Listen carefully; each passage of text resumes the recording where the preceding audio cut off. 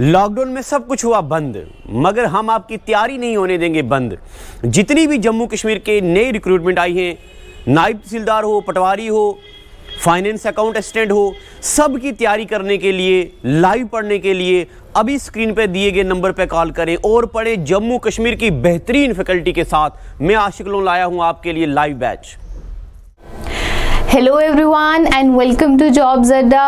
I hope you all are doing well and you all are safe at home. Students, please stay home and stay safe. Avoid going outdoors and please stay safe and take care of your health as much as you can, right? So students, I know there's a huge gap between my videos, the previous one and this one, but as you all know that restrictions are going on in our state and I'm facing some problems.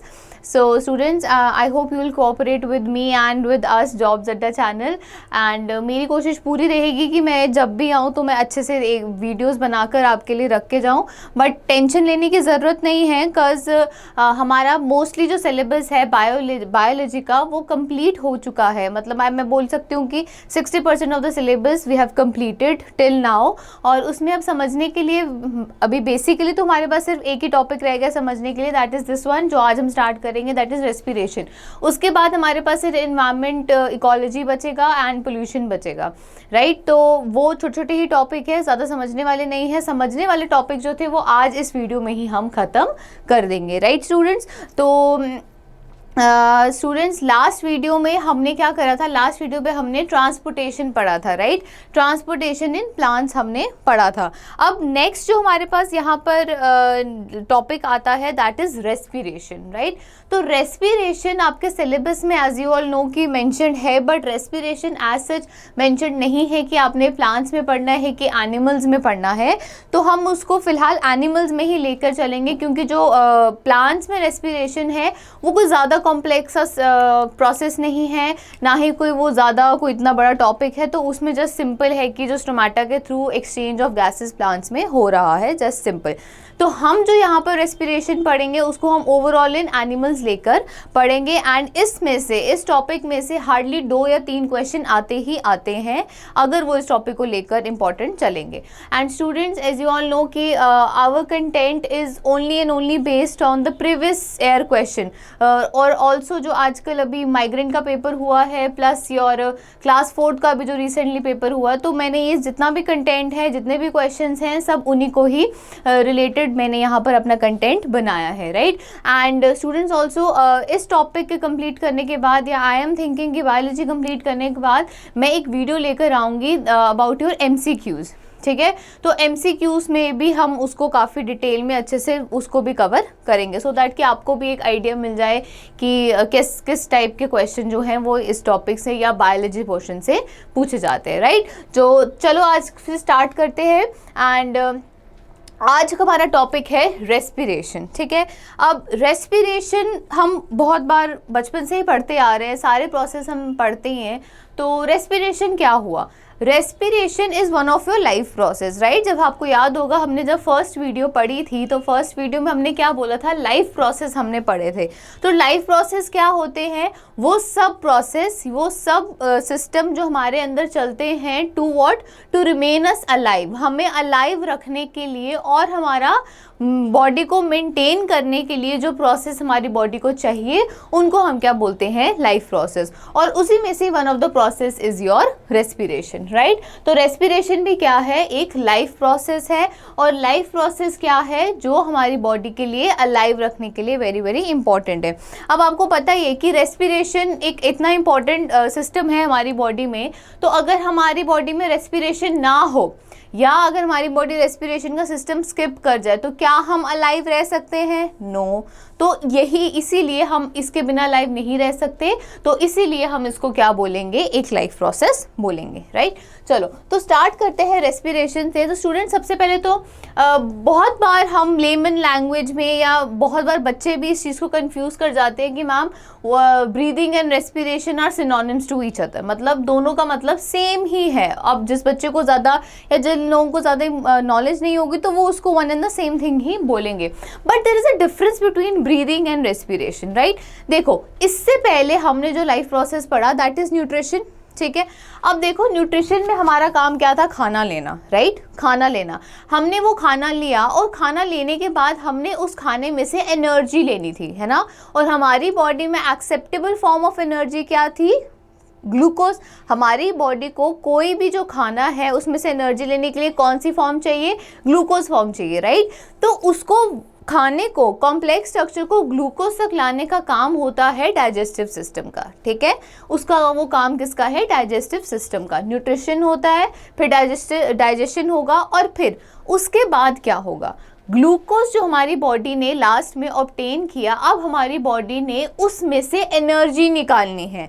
हम अभी तक glucose को क्या ले रहे थे, energy ले रहे थे, मगर एक्चुअल में ग्लूकोज एनर्जी नहीं है, हमें हमारी बॉडी को उस ग्लूकोज में से भी एनर्जी अभी आगे फर्दर लेनी है, ठीक है। और उस जो ग्लूकोज में से एनर्जी लेना, वो जो प्रोसेस है, मतलब जिसको हम बोलते हैं ब्रेक डाउन ऑफ फूड, उसको हम क्या बोलते हैं, रेस्पिरेशन, ठीक है। अब वो जो ब्रेक डाउन ऑफ फूड है with the help of oxygen होगा या without the help of oxygen होगा, उसको हम क्या बोलते हैं, रेस्पिरेशन, राइट। तो ब्रीदिंग क्या हुआ, फिर ब्रीदिंग क्या हुआ, ब्रीदिंग होता है just simple your exchange of gases, मतलब सिंपल आपका सांस लेना, इनहेलिंग O2, एंड आपका सांस छोड़ना, दैट इज एक्सेलिंग CO2। बस जो ये सिंपल हम इनहेल और एक्सेल कर रहे हैं, इस प्रोसेस को हम क्या बोलते हैं, ब्रीदिंग। बट एक्चुअल में ये O2 हमारी बॉडी के अंदर कहाँ जा रही है, कैसे जा रही है, कैसे एक्चुअल में एक्सचेंज हो रही है, और वो जो एक्सचेंज हो गए फर्दर फूड को कैसे वो आगे ब्रेक डाउन कर रही है, उस पूरे प्रोसेस को हम क्या बोलते हैं, रेस्पिरेशन, ठीक है। अब जो मैंने यहाँ पर लिखा है आप इसको नोट डाउन कर लेना, क्योंकि I think these are the notes, very good notes for you, तो आप इसको नोट डाउन कर लेना। तो ब्रीदिंग क्या होगा, it is the simple exchange of gases, that is inhaling O2 and excelling CO2। ये तो आप सबको पता है कि हम लोग ऑक्सीजन लेते हैं और CO2 रिलीज करते हैं, राइट।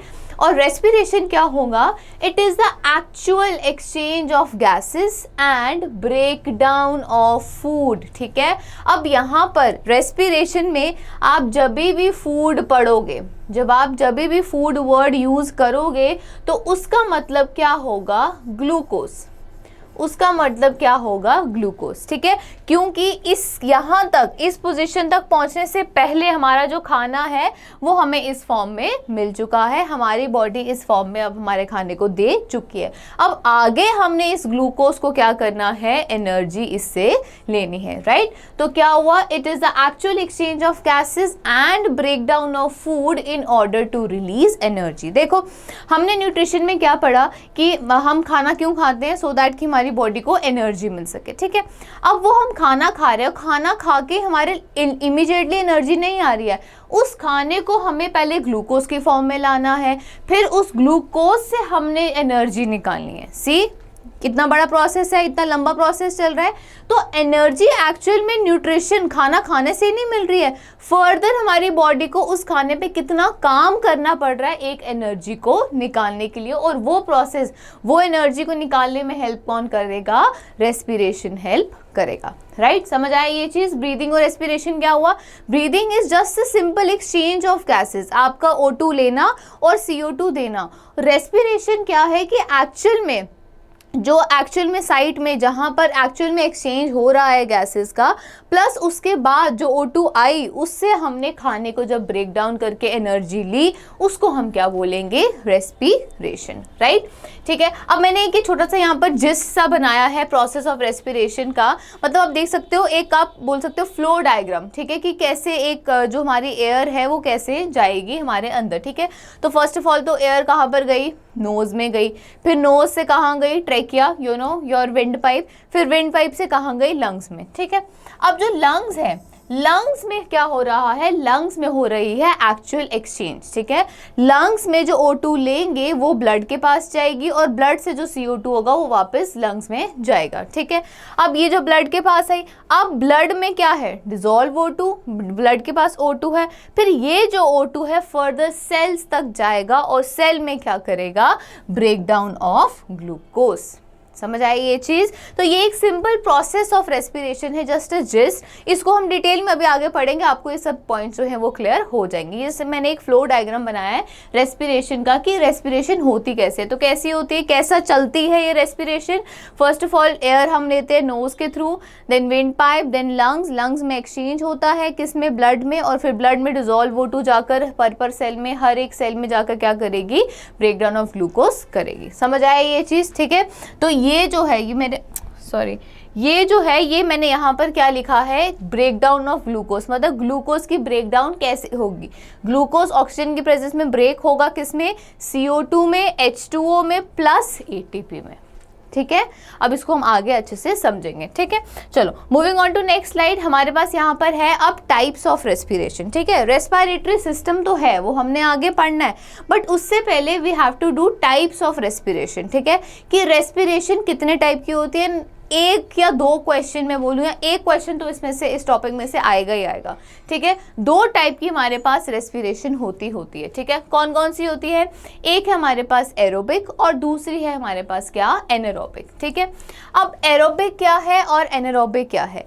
एरोबिक रेस्पिरेशन वो रेस्पिरेशन होती है जिसमें वो ऑर्गेनिज्म जो अपना खाने का ब्रेकडाउन है with the help of oxygen कर रहा है। ठीक है, मतलब आप बोल सकते हो process of breakdown of food with the help of oxygen. मतलब जो ब्रेकडाउन ऑफ फूड है, जो ब्रेकडाउन ऑफ ग्लूकोज है, वो किसकी मदद से हो रहा है, ऑक्सीजन की मदद से हो रहा है। और उस प्रोसेस, उस टाइप ऑफ रेस्पिरेशन को हम क्या बोलेंगे, एरोबिक रेस्पिरेशन। ठीक है, अब इसी के ऑपोजिट एनारोबिक क्या होगा, वो process of breakdown of food जो कैसे हो रहा है, without the help of oxygen, जो ऑक्सीजन के बिना ही हो रहा है, उसको ऑक्सीजन की जरूरत नहीं है अपना खाना ब्रेकडाउन करने के लिए। ठीक है, तो एरोबिक क्या हो गया, process in which O2 is present for breakdown of food. ठीक है, और यहाँ पर क्या हो गया, process in which breakdown occurs without O2। इसमें विदाउट O2 और इसमें क्या है, विद O2। ठीक है, O2 की हेल्प से और O2 के बिना। ठीक है, अब जो ऑर्गेनिजम्स एरोबिक रेस्पिरेशन करते हैं, मतलब जो ऑर्गेनिज्म O2 की मदद से रेस्पिरेशन करते हैं, उनको हम क्या बोलते हैं, एरोब्स। ठीक है, एरोबिक से ही बने क्या, एरोब्स। और वो ऑर्गेनिजम्स जो O2 के बिना ब्रेकडाउन ऑफ फूड करते हैं, उनको हम क्या बोलते हैं, एनारोब्स। ठीक है, उनको हम क्या बोलते हैं, एनारोब्स। ठीक है, अब देखो, अब हमने देखना है कि इसमें O2 के साथ कैसे होती है और उसमें O2 के बिना कैसे होती है। ठीक है, देखो, जब ऑक्सीजन की मदद से खाना ब्रेकडाउन होगा तो उसमें कंप्लीट ब्रेकडाउन होगा, मतलब जो ग्लूकोज है वो कंप्लीटली टूट के बिखर के क्या बन जाएगा, CO2 और H2 और ATP देगा। ठीक है, मगर जो एनारोबिक रेस्पिरेशन होती है उसमें जो फूड है, ग्लूकोज है, वो एकदम से नहीं ब्रेकडाउन होता, वो पहले कुछ एंड प्रोडक्ट्स देता है, कुछ बीच वाले इंटरमीडिएट प्रोडक्ट्स देगा, फिर उसके साथ में आगे जो है वो CO2, H2 और ATP जो है वो रिलीज होगी। ठीक है, अब देखो इसमें जैसे ये प्रोसेस है, glucose completely with the help of oxygen किस में ब्रेकडाउन हो गया, CO2, H2O and ATP। Simple. ठीक है, ग्लूकोज सिंपल कंप्लीट एक ही स्टेप में ब्रेकडाउन हो गया किसमें, CO2, H2O और ATP में। ठीक है, वेयर एज यहाँ एनारोबिक में क्या हुआ, ग्लूकोज सबसे पहले ये जो है students, these are end products. ठीक है, थोड़ा ऊपर करती हूँ, these are end products. End products मतलब ये पहले जो ग्लूकोज है डायरेक्टली CO2 वाटर में उसमें चेंज नहीं होगा, ये उससे पहले कुछ प्रोडक्ट्स देगा। ठीक है, ये उससे पहले कुछ इंटरमीडिएट सब्स्टिट्यूट्स देगा, उसके साथ में वो जो है वो आगे फर्दर जो है चीज़ें रिलीज करेगा। ठीक है, अब देखो इसमें क्या है, ग्लूकोज विदाउट जो है ग्लूकोज यहाँ पर बिना ऑक्सीजन के किस में रिलीज हो रहा है, या तो वो इथेनोइक एसिड देगा, या तो वो लैक्टिक एसिड देगा, या तो वो मिथेनोइक एसिड देगा, और इसके साथ में क्या देगा, CO2 एंड ATP। ठीक है, अब ये चीज़ समझो कि मैम क्या ये ग्लूकोज जो है ये क्या ये तीनों में चेंज होगा, मतलब एट ए टाइम वो 3 एसिड में चेंज हो रहा है, नहीं। ठीक है, देखो जो एनारोबिक रेस्पिरेशन है ये मोस्टली होती है यूनिसेलुलर ऑर्गेनिजम्स में, ठीक है। जो एनारोबिक रेस्पिरेशन है ये होती है मोस्टली यूनिसेलुलर ऑर्गेनिजम्स में। और यूनिसेलुलर ऑर्गेनिज्म क्या होते हैं? माइक्रो ऑर्गेनिज्म जो सिंगल सेल्ड होते हैं। अब देखो वो जो ऑर्गेनिजम्स हैं वो जो जिनको हम नेकेड आई से देख भी नहीं सकते, उनके अंदर इतना बड़ा सिस्टम नहीं है कि वो प्रॉपरली ऑक्सीजन को लेंगे फिर एक्सचेंज करेंगे, नहीं, ठीक है। तो वो सिंगल सेल्ड है, तो उनके ऑल ओवर द बॉडी से ही जो है वो एक्सचेंज ऑफ गैसेस होती रहती है। तो उसमें क्या होता है, बिना ऑक्सीजन के वो खाना जो है कंटिन्यूसली ब्रेक डाउन करते रहते हैं। बट खाने को कंटिन्यूसली ब्रेक डाउन करने के साथ साथ वो बीच में कुछ ये इंटरमीडिएट फॉर्म ऑफ एसिड्स भी देते हैं। अब इथेनोइक एसिड कोई एक यूनिसेलुलर ऑर्गेनिज्म में होगा, लैक्टिक एसिड कोई अब दूसरा वाला ऑर्गेनिज्म देगा, और मिथेनोइक एसिड कोई और दूसरा वाला ऑर्गेनिज्म देगा, ठीक है। जैसे फॉर एग्जांपल जो लैक्टिक एसिड है ये देता है यीस्ट, ये यीस्ट का इंटरमीडिएट है, मतलब यीस्ट सबसे पहले ग्लूकोज को लैक्टिक एसिड में चेंज करेगा, फिर CO2 और ATP देगा।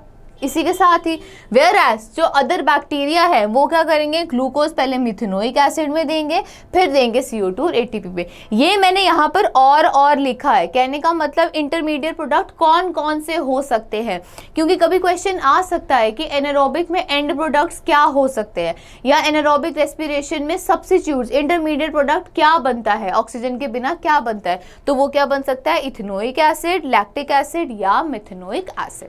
समझ आए ये चीज? तो ये एक ही बैक्टीरिया, एक ही ऑर्गेनिज्म के अंदर ये तीनों एसिड्स नहीं होंगे, ये अलग अलग ऑर्गेनिजम्स के बीच में होंगे, क्योंकि इनकी जो एग्जांपल्स होती हैं एनारोबिक्स की वो कौन होते हैं, यूनिसेलुलर ऑर्गेनिजम्स, ठीक है। तो सब यूनिसेलुलर ऑर्गेनिज्म, अलग अलग यूनिसेलुलर ऑर्गेनिज्म में अलग अलग type of intermediate product form होंगे। समझ आया ये चीज अब, ठीक है। तो क्या है एरोबिक और एनारोबिक? एनारोबिक क्या हो गया, वो ऑर्गेनिज्म जिनको बिना ऑक्सीजन के वो अपना खाने को क्या कर रहे हैं, ब्रेक डाउन कर रहे हैं, और उनमें क्या होता है, एक इंटरमीडिएट जो है वो प्रोडक्ट फॉर्म होता है, राइट। समझ आ गया जी। और उसके साथ में वो क्या प्रोड्यूस करेंगे, CO2 एंड ATP, ठीक है। अब हमने ये सब पढ़ लिया। अब बात आती है कि मैम ये ATP क्या है, ठीक है। ATP क्या है? ATP is the actual form of energy, ठीक है। ATP is the actual form of energy which is acceptable in by the cell, ठीक है। अब जो हमारी बॉडी में सेल है, ठीक है, एक्चुअल में जो एनर्जी है वो किसको चाहिए, हमारे बॉडी सेल्स को चाहिए। हमारी बॉडी में कितने ज़्यादा सेल्स हैं, तो हर सेल में हर सेल को एनर्जी चाहिए सो दैट वो अपना अपना फंक्शन कर सके और ये जो बड़े बड़े जो प्रोसेस हैं ये चल सके, ठीक है। अब उस सेल को जो एनर्जी है, उस सेल को जो एनर्जी है वो ग्लूकोज की फॉर्म में नहीं दी जाती। उस सेल को जो एनर्जी है वो ग्लूकोज की फॉर्म में नहीं दी जाती, वो किस फॉर्म में दी जा सकती है, ATP की फॉर्म में, ठीक है। तो ग्लूकोज जो हम इसको एनर्जी बोलते थे, तो ग्लूकोज में किस फॉर्म में हमें एनर्जी चाहिए, ग्लूकोज में से हमें ATP की फॉर्म में एनर्जी चाहिए। समझ आया ये चीज? ग्लूकोज में से हमें कौन सी फॉर्म में एनर्जी चाहिए, ग्लूकोज में से हमें ATP की फॉर्म में एनर्जी चाहिए। और ATP क्या होता है, ATP होता है एडिनोसाइन ट्राइफॉस्फेट। एडिनोसाइन ट्राइफॉस्फेट, इसका फुल फॉर्म क्या है, एडिनोसाइन ट्राइफॉस्फेट। और ये जो है एक्चुअल में ये फॉर्म ऑफ एनर्जी जो है which is acceptable by the cell, जो हमारे सेल में जो क्या है एक्सेप्टेबल, हमारे सेल को एनर्जी किस फॉर्म में चाहिए, ATP की फॉर्म में चाहिए, ठीक है। तो आप देख रहे हो एक्चुअल में ये एनर्जी को लेने के लिए हमने कितनी मशक्कत की, हमने कितने प्रोसेसेस किए, हमारी बॉडी में कितने प्रोसेस लगे ये एनर्जी को लेने के लिए, ये एनर्जी को बनाने के लिए, राइट। तो क्या हुआ, जैसे सबसे पहले हमने न्यूट्रिशन लिया, खाना लिया, फिर खाने को हमने पहले ब्रेक डाउन किया किसमें, ग्लूकोज में, और उस ग्लूकोज को ब्रेक डाउन जो हमने किया खाने में से, तो वो किसका प्रोसेस था, डाइजेशन का। फिर उसके बाद उस ग्लूकोज में से हमने एनर्जी निकाली ATP की फॉर्म में with the help of oxygen, वो किसका काम था, रेस्पिरेटरी सिस्टम का, राइट। तो इसीलिए इन सबको क्या बोला गया है, लाइफ प्रोसेस, इनके बिना आपकी बॉडी वर्क नहीं कर सकती, ठीक है। तो जो एनर्जी है वो हमारी बॉडी में कौन सी फॉर्म में एक्सेप्टेबल है, ATP की फॉर्म में, एडिनोसाइन ट्राइफॉस्फेट की फॉर्म में, ठीक है। Same is the case here, same is the case there, ठीक है। अब बात यहाँ पर ये आती है, जो इसमें से एक्चुअल में क्वेश्चन बनता है वो क्वेश्चन ये बनता है कि कितने form of ATP aerobic respiration में बनती है और कितने form of ATP anaerobic respiration में बनती है, ठीक है। तो एटीपी एरोबिक रेस्पिरेशन में 38 मॉलिक्यूल्स बनते हैं, ठीक है। 38 molecules of ATP are released by कितना, ओनली 1। एक ग्लूकोज मॉलिक्यूल से 38 molecules of energy is released, ठीक है। एक ग्लूकोज मॉलिक्यूल से, ये नहीं कि सारे का सारा ना, एक ग्लूकोज मॉलिक्यूल से 38 molecule of ATP is released in कौन सा रेस्पिरेशन, एरोबिक रेस्पिरेशन, ठीक है। वेयर एज यहाँ पर हम बात करें तो कितने फॉर्म ऑफ एटीपी कितने नंबर निकलती हैं, 2 molecules of ATP is released from 1, इसमें भी 1 molecule of glucose, ठीक है। अब ये कम क्यों, क्योंकि ऑब्वियसली ये किस में हो रहा है, यूनिसेलुलर ऑर्गेनिज्म, जितना छोटा ऑर्गेनिज्म उसकी उतनी कम रिक्वायरमेंट, उसका खाना भी उतना कम ही होगा, ठीक है। तो इसमें एग्जाम्पल क्या लिखोगे आप, इसमें लिखोगे आप एनिमल्स, ठीक है। एनिमल्स में ही हमारे ह्यूमंस भी इसमें इंक्लूड हो जाएंगे। क्लियर हुआ ये चीज। तो एरोबिक और एनारोबिक रेस्पिरेशन में आपको जो चीज समझनी है वो समझनी, जो क्वेश्चन वाली, वो क्या है, 2 चीजें। एक तो एरोबिक क्या होती है, विद ऑक्सीजन का ब्रेकडाउन, एनारोबिक क्या होती है, विदाउट ऑक्सीजन का ब्रेकडाउन। इसमें कितनी एनर्जी निकलती है, 38 मॉलिक्यूल्स ऑफ एनर्जी एक ग्लूकोज मॉलिक्यूल से। इसमें कितनी निकलती है, 2 मॉलिक्यूल्स ऑफ एटीपी एक ग्लूकोज मॉलिक्यूल से। एक चीज, अब इसमें क्या होता है, कंप्लीट ब्रेकडाउन होता है, कोई इंटरमीडिएट नहीं बना डायरेक्टली। इसमें क्या होता है, एक इंटरमीडिएट बनता है, कुछ एंड प्रोडक्ट बनता है, उसके साथ निकलती है CO2 और ATP। समझ आया ये चीज। तो ये था हमारे types of respiration, that is aerobic and anaerobic respiration, right. चलो moving on to next slide. अब नेक्स्ट हमारे पास क्या है, नेक्स्ट हमारे पास है हमारा रेस्पिरेटरी सिस्टम। नेक्स्ट हमारे पास है रेस्पिरेटरी सिस्टम। अब हमने ह्यूमन रेस्पिरेटरी सिस्टम ही पढ़ना है, मतलब एनिमल्स का रेस्पिरेटरी सिस्टम ही पढ़ना है। 1 सेकेंड।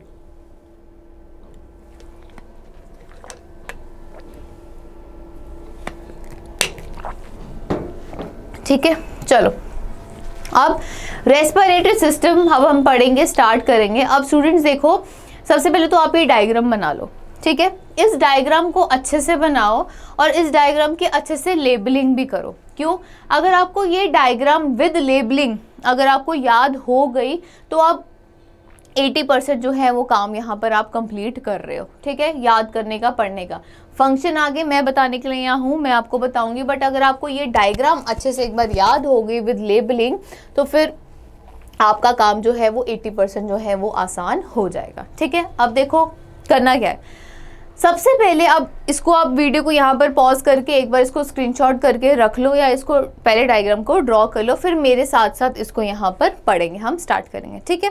चलो अब रेस्पिरेटरी सिस्टम को स्टार्ट करने से पहले सबसे पहले हम देखेंगे, इसको स्टेप वाइज चलेंगे। जैसे जैसे स्टेप मैं करवाती जा रही हूँ, जिस सीक्वेंस में करवाऊंगी, आपने इसको वैसे ही सीक्वेंस में करते जाना है, ठीक है। तो सबसे पहले यहाँ बात आती है कौन सी, सबसे पहले यहाँ हमारे पास जो पॉइंट आता है दैट इज नोज, ठीक है। नोज सबसे पहले रेस्पिरेटरी सिस्टम है वो कहाँ से स्टार्ट होता है, फ्रॉम योर नोज, ठीक है। अब नोज क्या, क्यों, नोज किसके लिए जरूरी है, आप एयर कहाँ से इनहेल करते हो, नोज से करते हो, ठीक है। देखो रेस्पिरेटरी सिस्टम में हम नोज से इनहेल करते हैं, हम बोलते हैं, मगर ऐसी बात नहीं कि हम मुंह से नहीं करते, हम अपने माउथ से भी एयर इनहेल करते हैं। उसको मैं आपको जस्ट नेक्स्ट पॉइंट में ही एक्सप्लेन करूंगी, ठीक है। सबसे पहले आता है क्या, नोज, ठीक है। अब नोज में क्या होता है, आपके पास नॉस्ट्रिल्स होती है, नॉस्ट्रिल्स होती है, ठीक है। जो 2 पैसेज हमारे नोज में होते हैं उसको हम क्या बोलते हैं, नॉस्ट्रिल्स। अब वो जो 2 पैसेज है उनको बीच में से डिवाइड किया है ना, हमने बताया ये 2 पैसेज है, तो वो जो बीच में डिवीजन पार्ट है उसको हम क्या बोलते हैं, नेजल सेप्टम। उसको हम क्या बोलते हैं, नेजल सेप्टम, ठीक है।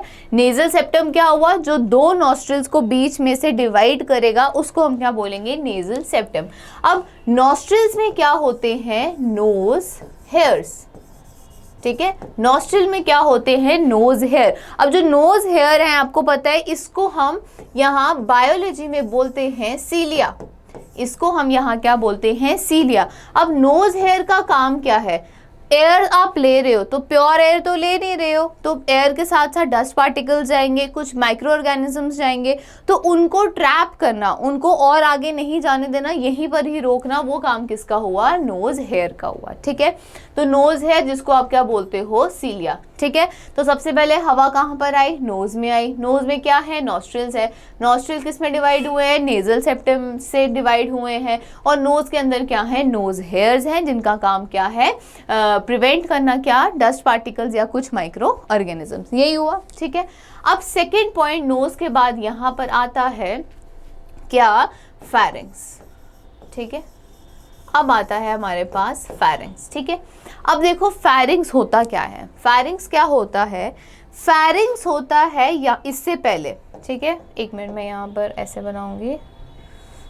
हाँ, फैरिंग्स जो है वो इससे पहले होता है, ये जो सिस्टम है इससे पहले क्या होता है, फैरिंग्स। देखो यहाँ पर कैसे बना,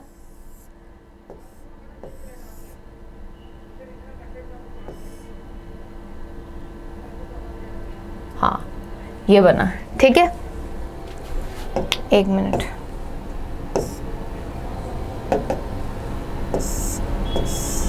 ठीक है, ये देखो ये है आपका फैरिंग्स। अब फैरिंग्स क्या, ये हुआ आपका नोज वाला एरिया और ये हुआ आपका माउथ वाला एरिया।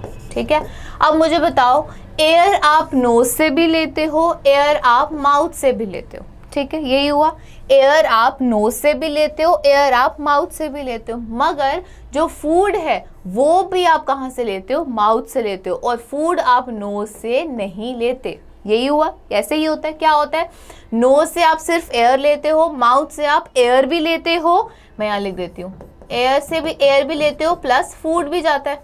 ठीक है, तो अब ये जो पैसेज है, ये जो पैसेज है, ये पैसेज कैसा हुआ, कॉमन हुआ। ये पैसेज कैसा हुआ, कॉमन हुआ, किस किस के लिए, एयर के लिए भी प्लस फूड के लिए भी हुआ।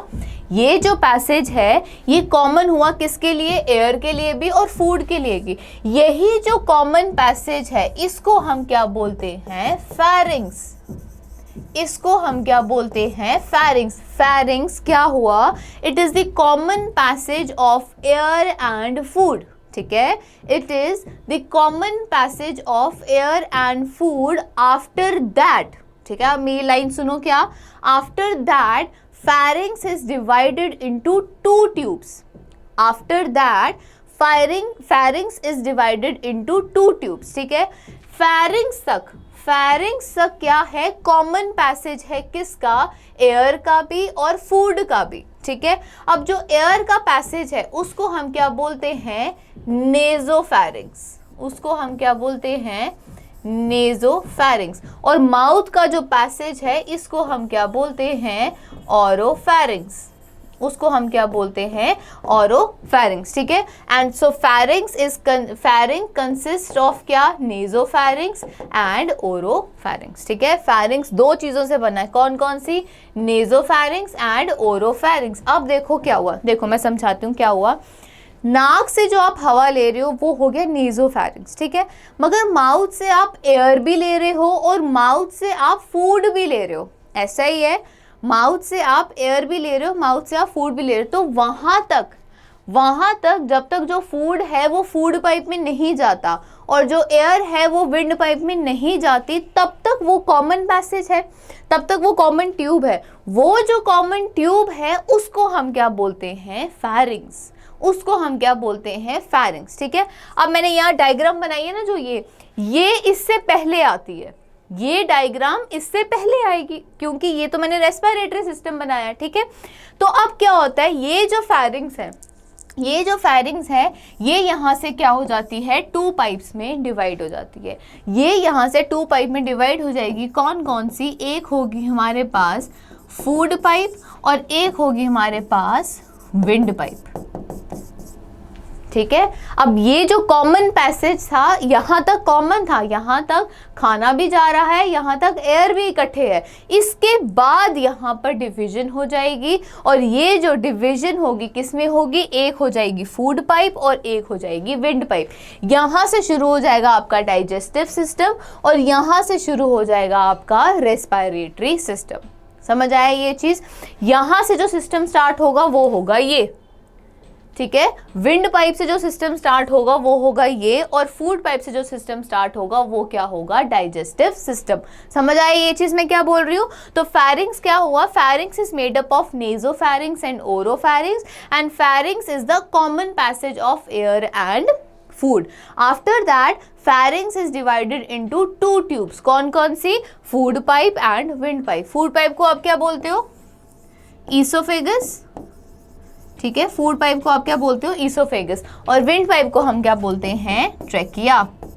विंड पाइप को हम क्या बोलते हैं, ट्रेकिया। समझ आया ये चीज? तो फेरिंग्स क्या हुआ, it is the common passage, ठीक है। It is the common passage of air and food, ठीक है। तो फेरिंग्स यहाँ तक हुई। अब देखो फूड, अब यहाँ पर क्या होता है, इस कॉमन पैसेज के बाद यहाँ से क्या हो जाता है, जो फूड है वो फूड पाइप में जाएगा और जो एयर है वो कहाँ जाएगी, विंड पाइप में जाएगी, ठीक है। फूड ने फूड पाइप में जाना है और एयर ने विंड पाइप में ही जाना है। अब इस चीज़ को कौन देखभाल करेगा, इस चीज़ की मैनेजमेंट कौन करेगा, अब हमने वो पढ़ना है, ठीक है।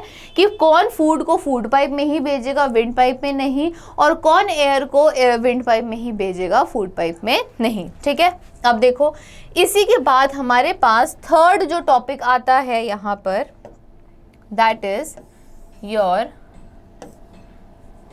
ठीक है। यहाँ पर हमारे पास जो थर्ड पॉइंट है दैट इज एपिग्लॉटिस, ठीक है। That is epiglottis.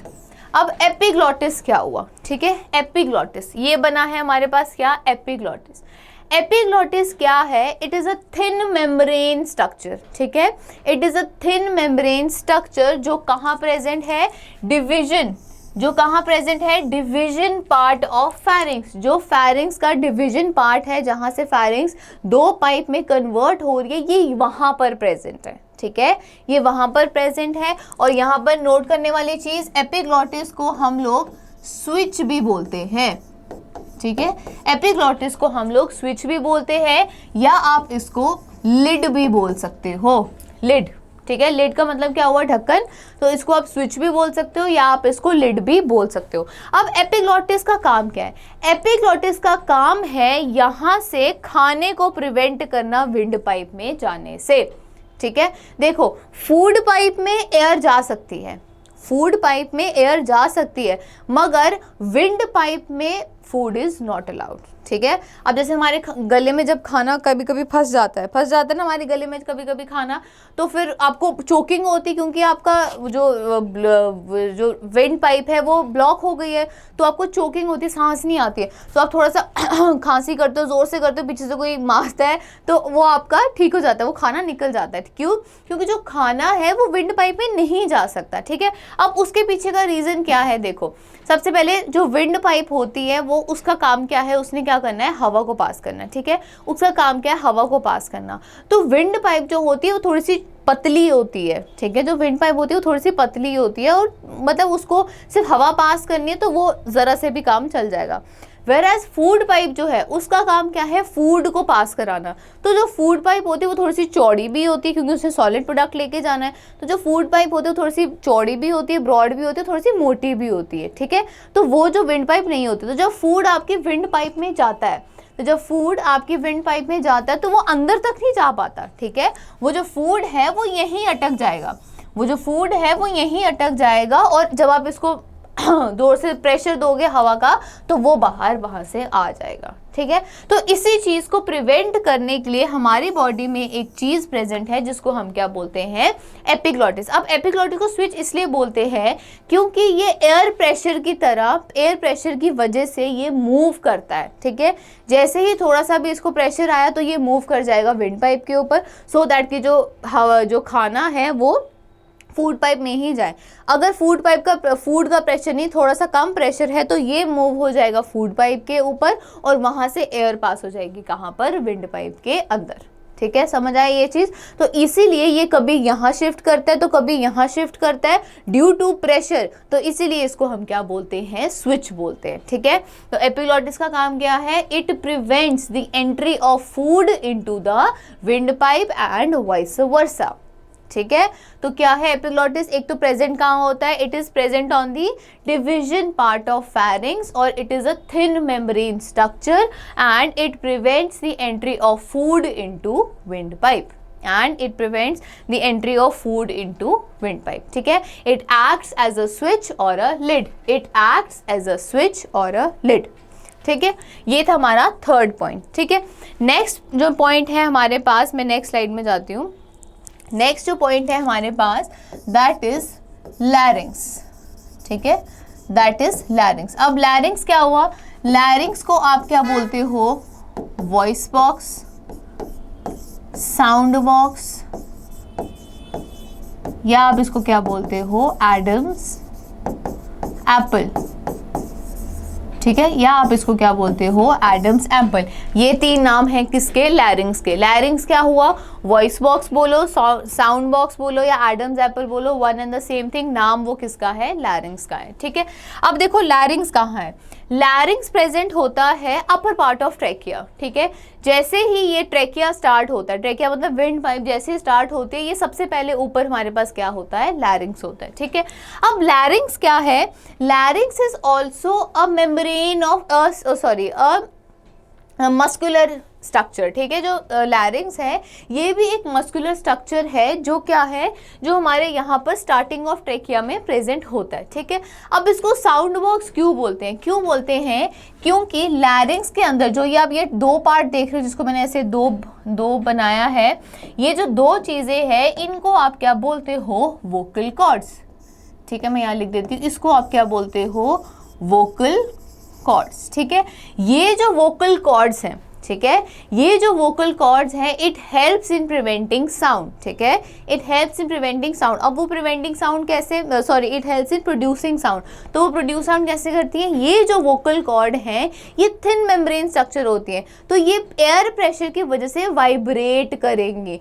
जैसे ही ये वाइब्रेट करेंगी तो साउंड क्या होगी, प्रोड्यूस होगी। हम जितनी भी साउंड प्रोड्यूस हम करते हैं, जैसे अब मैं बोल रही हूँ तो मेरी आवाज़ निकल रही है, ये आवाज़ कैसे निकल रही है, due to the vibration of vocal cords. Vocal cords जो है वो क्या कर रहे हैं, वाइब्रेट कर रहे हैं। जैसे अब आप मेरे साथ करके देखो तो you will feel that vibration in your vocal cords, right. तो ये जो वोकल कॉर्ड्स की वाइब्रेशन है, इसकी वजह से जो है वो साउंड प्रोड्यूस होती है, इसीलिए हम लैरिंग्स को क्या बोलते हैं, वॉइस बॉक्स या साउंड बॉक्स। ठीक है, अब आप यहाँ देख रहे हो एक स्ट्रक्चर मैंने यहाँ बनाया, जिसको मैंने यहाँ पर क्या बोला है, ग्लॉटिस बोला है। ठीक है, वोकल कॉर्ड्स के ऊपर एक छोटा सा स्ट्रक्चर प्रेजेंट होता है, जिसको आप क्या बोलते हो, ग्लॉटिस। ठीक है, जिसको आप क्या बोलते हो, ग्लॉटिस। अब इस ग्लॉटिस में और इस एपिग्लॉटिस में फर्क क्या है, ये एपी इसको इसलिए बोलते हैं क्योंकि एपी का मतलब होता है ऊपर, अबव।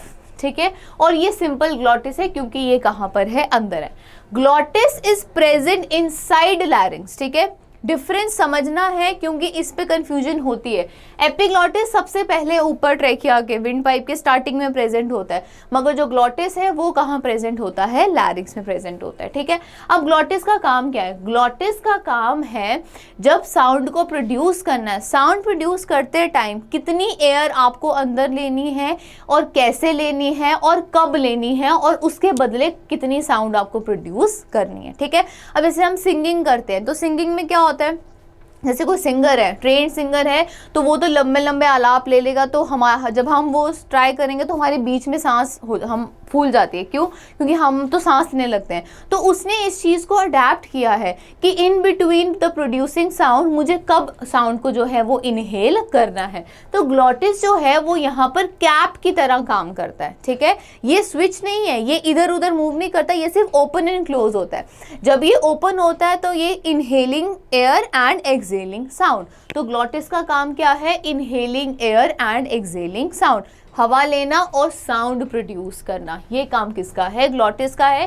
ग्लॉटिस प्रेजेंट कहाँ होता है, वोकल कॉर्ड्स के ऊपर, और ये दोनों प्रेजेंट कहाँ होते हैं, लैरिंग्स के अंदर। ठीक है, तो लैरिंग्स को इसलिए हम क्या बोलते हैं, वॉइस बॉक्स। ठीक है, समझ आया ये चीज़ लैरिंग्स। अब फोर्थ पॉइंट हो गया हमारे पास ये। इसके बाद हमारे पास नेक्स्ट पॉइंट है fifth point we have trachea. ठीक है, फिफ्थ पॉइंट में हमारे पास है ट्रेकिया, जिसको आप क्या बोलते हो, विंड पाइप। ठीक है, अब ट्रेकिया का कुछ काम नहीं है, ट्रेकिया का ऐसा कोई फंक्शन नहीं है। ट्रेकिया का बस एक ही काम है कि ये एक पाइप की तरह काम कर रहा है जो पैसेज प्रोवाइड करता है किसको, हवा को, जो किसको पैसेज प्रोवाइड कर रहा है, एयर को। ठीक है, अब देखो एयर यहाँ से आई तो ट्रेकिया का कोई काम नहीं है, ट्रेकिया ने बस हवा को यहाँ से पास करना है, कहाँ तक, यहाँ तक। ठीक है, ट्रेकिया ने सिर्फ यहाँ से एयर को पास करना है लंग्स तक, तो इसका काम क्या है, सिर्फ लंग्स तक जो है हवा को पहुंचाना, वो काम किसका है, ट्रेकिया का है। ठीक है, चलो अब नेक्स्ट पॉइंट जो है हमारे पास दैट इज लंग्स। अब ये जो पॉइंट है यही इंपॉर्टेंट है और यही समझने वाला है सब कुछ। ट्रेकिया जो है लंग्स में एज ट्रेकिया एंटर नहीं करता। ट्रेकिया जो है फर्दर, देखो ट्रेकिया जो है आगे डिवाइड हो जाता है 2 पार्ट्स में। ठीक है, trachea further is divided into 2 parts और उसको हम क्या बोलते हैं, ब्रोंकाई। ठीक है, उसको हम क्या बोलते हैं, ब्रोंकाई। अब जैसे मैं यहाँ पर डिवीजन लिखूंगी आपने भी इसको वैसे ही लिखना है। कैसे, ट्रेकिया में क्या हुआ, सबसे पहले इसको मैं अलग से लिखती हूँ। ठीक है, ट्रेकिया कैसे एंटर हुई, ब्रोंकाई में। ठीक है, एक ईच ब्रोंकाई जो है enters what, enters each lung. ठीक है, हर एक लंग में, दोनों लंग में एक जो है वो ब्रोंकाई एंटर करेगी और यहाँ से जो हवाई वो थ्रू ब्रोंकाई अब आगे लंग्स में जाएगी। ठीक है, तो फर्स्ट ऑफ ऑल तो कितने लंग्स होते हैं हमारे पास, कितने लंग्स होते हैं हमारे पास, 1 पेयर। ठीक है, 1 पेयर ऑफ लंग्स। ठीक है, 1 पेयर ऑफ लंग्स, और लंग्स की कलर कैसे होती है, लाइट पिंक कलर।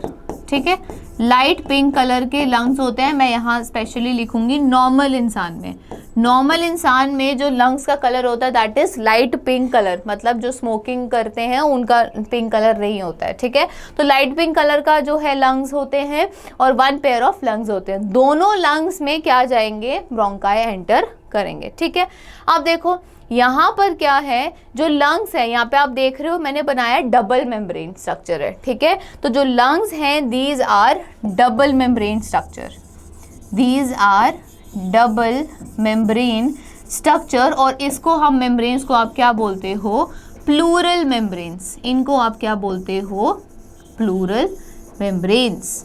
ठीक है, प्लूरल मेम्ब्रेन्स क्या होंगी, जो लंग्स की मेम्ब्रेन्स हैं, ये जो 2 मेम्ब्रेन्स हैं, देखो मैंने यहाँ पे लिखा है प्लूरल मेम्ब्रेन, ये जो 2 मेम्ब्रेन्स हैं इनको हम क्या बोलते हैं, प्लूरल मेम्ब्रेन। ठीक है, अब लेफ्ट लंग जो होता है हमारा, left lung is smaller then your right lung. ठीक है, अब वो क्यों, क्योंकि लेफ्ट लंग में यहाँ क्या प्रेजेंट होता है, हार्ट प्रेजेंट होता है। तो हार्ट के साइड जो क्या होता है, यहाँ पे एक कार्डियक नॉच प्रेजेंट है। नॉच क्या होती है, इस तरीके से। ठीक है, ये आपका पूरा लंग है और ये इस तरीके से कुछ अंदर से टिल्ट सा प्रेजेंट है, और इसके अंदर ऐसे हमारे पास यहाँ पर क्या है, हार्ट है। तो इस थोड़े से टिल्ट की वजह से जो लेफ्ट लंग है वो छोटा है किससे, राइट लंग से। क्वेश्चन आता है क्या, left lung is smaller than right lung, why, because there is the presence of heart, या आप बोल सकते हो there is a cardiac notch. ठीक है, नॉच का मतलब होता है ऐसे टिल्ट होना। ठीक है, ऐसे क्लियर हुआ ये चीज। ठीक है, अब ये चीज हो गया। अब ये जो ब्रोंकाई है, ब्रोंकाई ने एंटर किया लंग्स में। अब ये जो ब्रोंकाई है these are further divided into small branches, और छोटी छोटी पाइप्स में ये डिवाइड होगी, जिसको हम क्या बोलेंगे, ब्रोंकियोल्स। ठीक है, अब यहाँ से जो ब्रोंकाई है वो किस में चेंज हो गई, ब्रोंकियोल्स में। ठीक है, फर्दर अब लंग्स में ब्रोंकाई किस में डिवाइडेड होगी, ब्रोंकियोल्स में। अब और जो ब्रोंकियोल्स हैं ये फर्दर किस में डिवाइड हुए, छोटे छोटे एयर सैक्स, छोटे छोटे एयर सैक्स, जिसको आप क्या बोलते हो, एल्वियोलाई। ठीक है, जिसको आप क्या बोलते हो, एल्वियोलाई। ठीक है, अब एल्वियोलाई लास्ट जो है वो डिवीजन है, एल्वियोलाई की फर्दर आगे डिवीजन नहीं होती, ठीक है। तो क्या है ये चीज, देखो लंग्स के अंदर ट्रेकिया एंटर कैसे कर रहा है, ब्रोंकाई, और ब्रोंकाई आगे किसमें डिवाइड हो रही है, ब्रोंक्यूल्स में, और ब्रोंक्यूल्स आगे किसमें डिवाइड हो रहे हैं, एल्वियोलाई में, ठीक है, किसमें चेंज हो रहे हैं, एल्वियोलाई में। अब यहाँ पर नेक्स्ट जो हमारे पास पॉइंट है दैट इज एल्वियोलाई।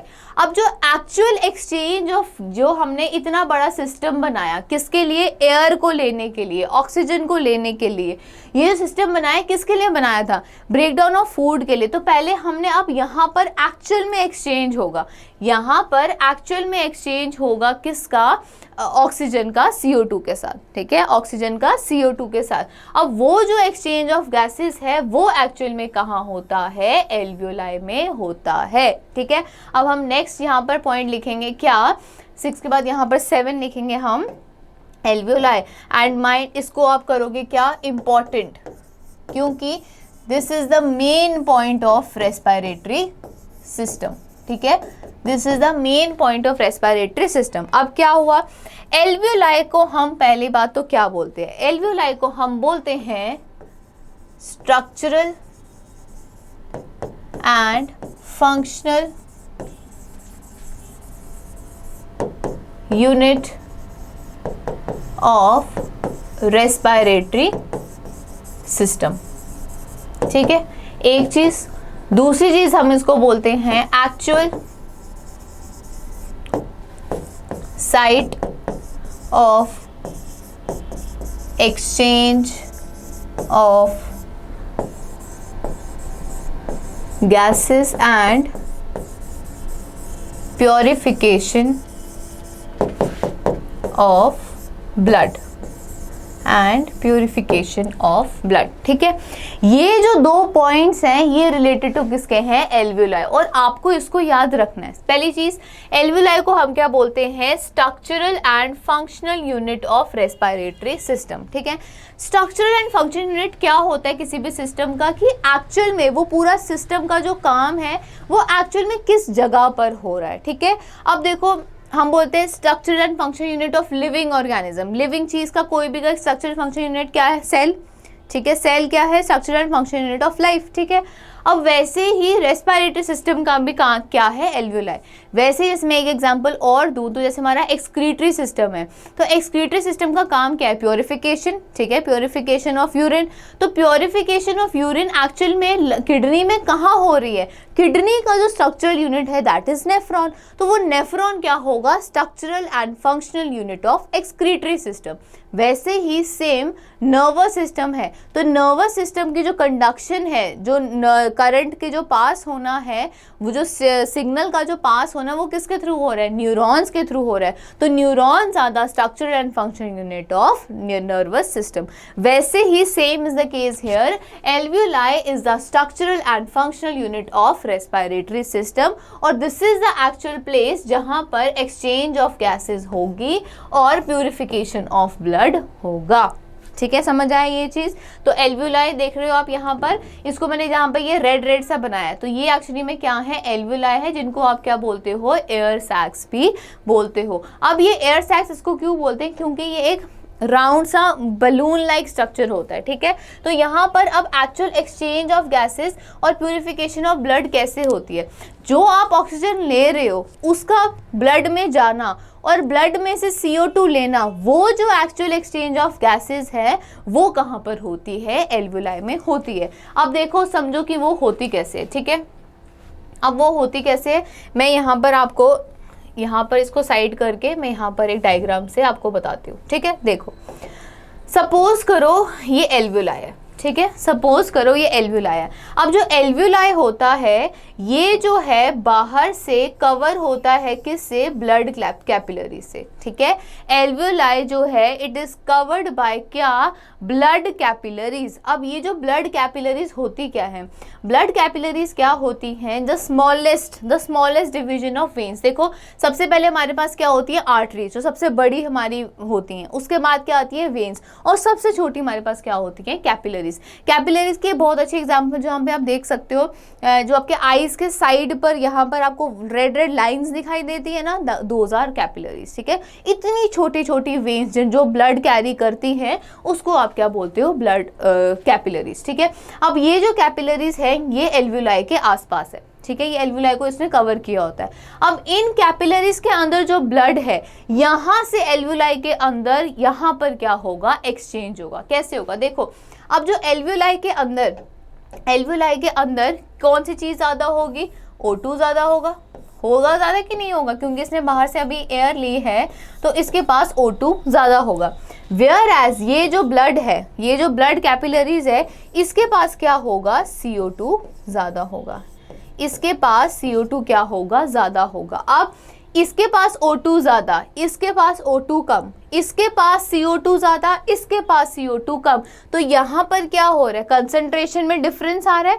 तो movement of high concentration to low concentration ऐसा ही होगा।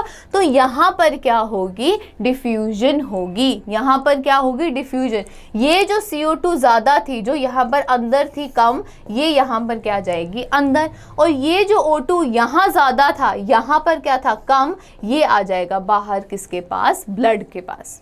ठीक है, ब्लड के पास CO2 फिलहाल ज्यादा है। क्यों, उसके पास कौन सा ब्लड है, डीऑक्सीजनेटेड ब्लड है। अब वो डीऑक्सीजनेटेड ब्लड के पास CO2 ज्यादा है, मगर जो एल्वुलाई है उसके पास O2 ज्यादा है, तो वो डिफरेंस हुआ। तो ये CO2 कहाँ जाएगा, इसके पास, एल्वुलाई के अंदर, और एल्वुलाई के पास जो O2 होगी वो कहाँ पर जाएगी, ब्लड के पास जाएगी, जो डीऑक्सीजनेटेड ब्लड है। अब यहाँ पर जो ब्लड था जिसके पास CO2 ज्यादा थी, अब उसके पास क्या हो गई है, O2, तो ये अब चेंज हो गया है किस में, ऑक्सीजनेटेड ब्लड में, ऑक्सीजनेटेड ब्लड में। समझ आया ये चीज क्या, ये जो एक्चुअल एक्सचेंज है, ये जो एक्सचेंज ऑफ गैसेस है और प्यूरिफिकेशन ऑफ ब्लड, इसी को ही हम बोलेंगे। और ये एक्चुअल में कहाँ हो रही है, एल्वुलाई में हो रही है। समझ आया ये चीज। अब आपको देखो, इसको मैं और डिटेल में अगर कराऊंगी तो वो हमें सर्कुलेटरी सिस्टम को भी समझना पड़ेगा, तो अभी आप इसको बस इतना ही समझो। ठीक है, देखो मैं यहाँ बताती हूँ, देखो ब्लड कैपिलरीज, ठीक है, ब्लड कैपिलरीज के पास क्या था, डीऑक्सीजनेटेड ब्लड। ठीक है, मतलब डीऑक्सीजनेटेड ब्लड का मतलब जिसके पास CO2 ज्यादा है। ठीक है, जिसके पास CO2 ज्यादा है। अब यहाँ पर जब प्यूरिफिकेशन हुई, यहाँ पर जब एक्सचेंज हुआ, उसके बाद वो चेंज हो गया किस में, ऑक्सीजनेटेड ब्लड में, जिसके पास O2 क्या है, अब ज्यादा है। ठीक है, तो ये जो एक्चुअल एक्सचेंज, ये है पूरा प्रोसेस रेस्पिरेशन का। अब यहाँ से जो ये ब्लड है जिसके पास ऑक्सीजन है, ये जाएगा एक एक सेल के पास, और ये ऑक्सीजन क्या हेल्प करेगा आगे, एक एक सेल में जितनी भी ग्लूकोज है उसको आगे फर्दर ब्रेक डाउन करने में।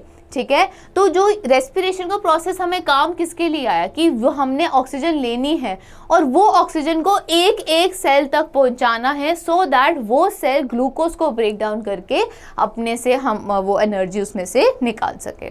ठीक है, तो this is the whole process of your respiratory system. ठीक है, alveoli is the important point because alveoli is the main site, is the actual site जहां पर एक्सचेंज ऑफ गैसेस हो रही है, या आप बोल सकते हो ब्लड की प्यूरिफिकेशन हो रही है। राइट स्टूडेंट्स, यही हुआ। अब लास्ट पॉइंट जो हमारे पास यहाँ पर बचता है, दैट इज डायफ्राम। ठीक है, दैट इज डायफ्राम। डायफ्राम क्या है, डायफ्राम इज अ मसल। ठीक है, डायफ्राम एक मसल है जो क्या हेल्प करता है, ब्रीदिंग रेट, ब्रीदिंग रेट को कंट्रोल करने में क्या हेल्प करता है, डायफ्राम। कैसे, ये देखो, अब ये जो डायफ्राम है ये कहाँ प्रेजेंट है, ऐसे, ये दोनों लंग्स के नीचे प्रेजेंट होता है। ये एक मस्कुलर स्ट्रक्चर है जो दोनों लंग्स के नीचे प्रेजेंट होता है। अब आप देखो, जब आप इनहेल करते हो तो आपके जो लंग्स है वो ऊपर की तरफ जाते हैं और वो स्वेल होते हैं। ठीक है, फूलते हैं ना, रिलैक्स होते हैं। वेयर एज जब आप एक्सहेल करते हो तो आपके जो लंग्स हैं वो नीचे की तरफ जाते हैं और वो क्या होते हैं, कंट्रैक्ट होते हैं। यही होता है। तो ये जो लंग्स का फूलना और लंग्स का रिलैक्स होना, कंट्रैक्शन एंड रिलैक्सेशन, इसमें कौन हेल्प करता है, डायफ्राम। और इसी कंट्रैक्शन और रिलैक्सेशन को हम क्या बोलते हैं, ब्रीदिंग रेट। ठीक है, अब डायफ्राम है तो डायफ्राम को आप ये बोल सकते हो, it is a muscle present किसके बिटवीन में, thoracic thoracic region and abdominal region. ठीक है, इसके बीच में क्या प्रेजेंट है? डायफ्राम. थोरैसिक रीजन होता है जो आपका अपर पार्ट, और नीचे वाले पार्ट को हम क्या बोलते हैं? एब्डोमिनल. और थोरैसिक और एब्डोमिनल के बीच में क्या कौन प्रेजेंट होता है? डायफ्राम प्रेजेंट होता है. ठीक है, अब इस 8 पॉइंट्स में हमने रेस्पिरेटरी सिस्टम को क्या कर दिया? कंप्लीट कर दिया. समझ आया ये चीज? ये सारा का सारा क्या है? आपका रेस्पिरेटरी सिस्टम. मैंने कोशिश की है कि मैं एक ही वीडियो में इसको कंप्लीट कर सकूं, सो दैट अगर 2 में करती तो वो ज़्यादा आपको फिर मुश्किल हो जाता है एक बार में समझने के लिए. ठीक है, तो this is all your respiratory system. I hope कि आपको ये समझ आया होगा students. And student please cooperate with us. इसके बाद अब हमारे छोटे छोटे टॉपिक्स ही रह गए हैं, तो मैं कोशिश करूँगी कि मैं जल्दी से जल्दी ही वीडियो लाऊं. एंड प्लीज़ डोंट वरी, आपका जो सिलेबस है वो बहुत जल्दी ही कंप्लीट मैं कर दूंगी. ठीक है, and students who are new to our channel, kindly subscribe to our channel. And those who want to take coaching with us in our paid courses, kindly download our app from Play Store, Job Adda, and register yourself. Thank you. अपने सपनों को पूरा करना अब हुआ आसान, क्योंकि India का नंबर 1 कोचिंग इंस्टीट्यूट जॉब्स अड्डा अब जम्मू में. Now you can crack any government exam with the help of India's top faculties. So join Jobs Adda. Admission open.